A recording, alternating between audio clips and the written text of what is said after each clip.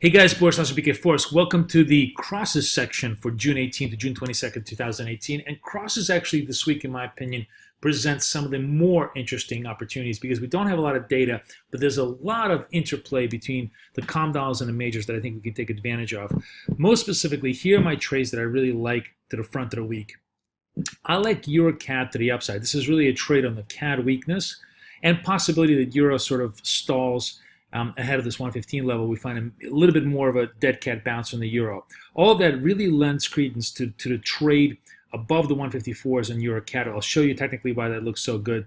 Similar theme, similar vein, but this time pound Aussie, which even looks better to me, has a massive, massive range though. You have to give yourself huge amount of room here because support is all the way down to 74s and the resistance can run all the way up to 180. So that trade could work. But you have to trade at very small size and very, very wide stops. It's probably the most volatile trade on the books right now.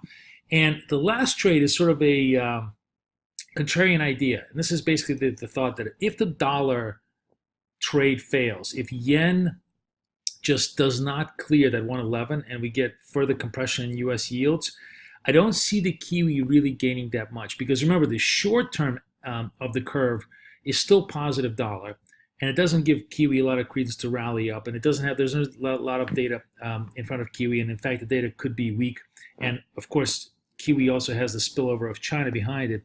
So, on the chart, you see a big reversal here in Kiwi yen, and that presents an opportunity for a short here at 78 to resistance and support at 76. Let's take a look at the charts here. We can start with Kiwi yen first.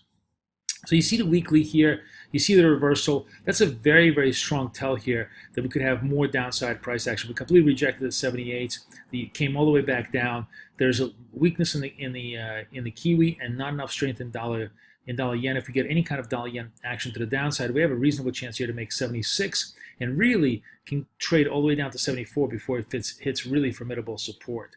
So that's an interesting idea, sort of on a contrarian basis. Relatively low volatility because your risk is very small here, maybe 150 points maximum, and it's a relatively slow moving trade as far as that goes.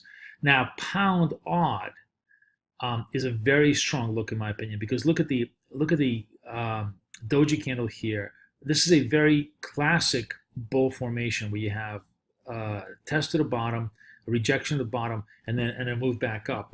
And this is really a trade, again, on, I think, further Aussie weakness and maybe a little bit of relative strength on the pound. If we get any kind of a bounce back in the majors, the pound could run. And the run of the pound is, maybe Bank of England is even modestly bullish, or the market anticipates the Bank of England to be modestly bullish into the Wednesday meeting. That could present us with an opportunity here to run towards 180 because certainly pound could outperform Aussie to the upside.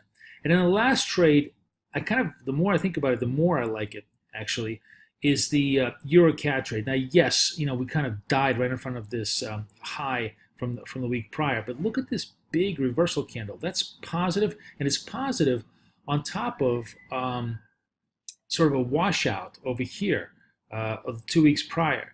So really what makes this trade work, of course, would be the weakness in CAD or just kind of a big short squeeze rally in the euro, let's say a relief rally up to the 117s. This really is it possible? I think it's possible for the market to squeeze us back up. Basically, if the market just sort of can't probe the downside just yet, the squeeze in the euro alone takes us to 155, 154.50, makes this trade very viable.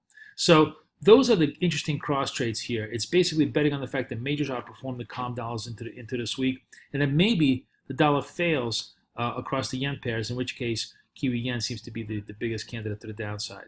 Wish you guys the best luck, the best of trading. Boris over and out.